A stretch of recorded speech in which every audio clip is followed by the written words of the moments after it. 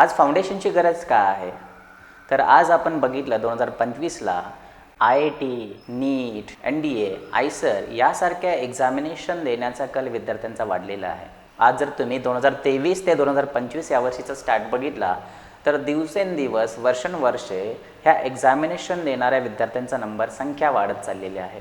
2023ला बघितला तर नीट एक्झामिनेशन 20 लाख विद्यार्थ्यांनी दिली होती, 20 लाख प्लस विद्यार्थ्यांनी दिली होती. पण तोच ट्रेंड 2024 आणि 2025ला बघितला तर जवळपास 23 लाख प्लस विद्यार्थ्यांनी ही एक्झामिनेशन दिलेली आहे. याचा अर्थ काय आहे?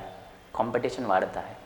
IITच्या बाबतीत पण सेम ट्रेंड आहे. जर IIT सारखी एक्झाम बघितली तर पूर्ण भारतामध्ये IITसाठी 17,000 प्लस सीट्स आहेत आणि त्यासाठी विद्यार्थी देतात एक्झाम 12 ते 13 लाख. 2023ला बघितलं तर 12 लाख प्लस विद्यार्थ्यांनी एक्झाम दिली होती IITची, ज्याला आपण जे एक्झाम म्हणतो. आणि 2024ला बघितला तर जवळपास 13 लाख प्लस विद्यार्थ्यांनी एक्झामिनेशन दिलेले आहे. म्हणजेच परत पुन्हा एकदा ह्यासारख्या कॉम्पिटिटिव्ह एक्झामिनेशनचं कॉम्पिटिशन वाढलेलं आहे. आयसर सारखी एक्झामिनेशन बघितली ज्याच्या थ्रू BS आणि MS हा 5 वर्षाचा इंटिग्रेटेड कोर्स असतो. आपल्या भारतामध्ये टोटल 7 आयसर आहेत. तर ह्या 7 आयसरमध्ये फक्त 2300 प्लस सीट्स आहेत. 2023ला बघितला तर 30,000 प्लस विद्यार्थ्यांनी ही एक्झाम दिली होती. त्यानंतर ह्या एक्झामिनेशनचा अवेअरनेस वाढल्यानंतर 2024 आणि 2025ला ड्रास्टिक ह्याच्यामध्ये डबल विद्यार्थी एक्झाम देऊ लागले.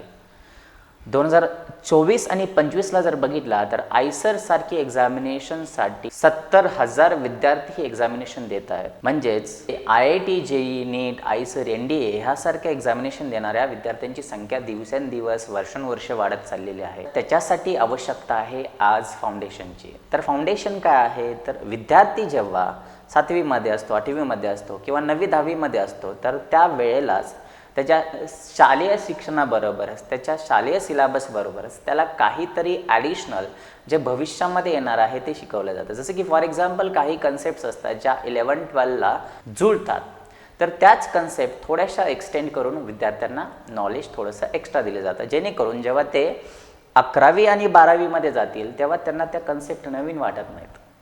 तर त्यासाठी आपण फाउंडेशनची तयारी करून घेतो आणि याचा फायदा विद्यार्थ्यांना नक्कीच होतो.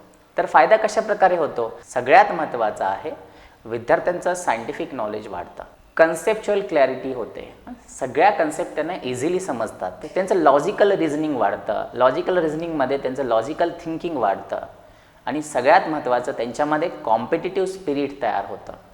कॉम्पिटिटिव्ह एक्झामिनेशन काय आहे त्याची त्यांना ओळख होते. धन्यवाद.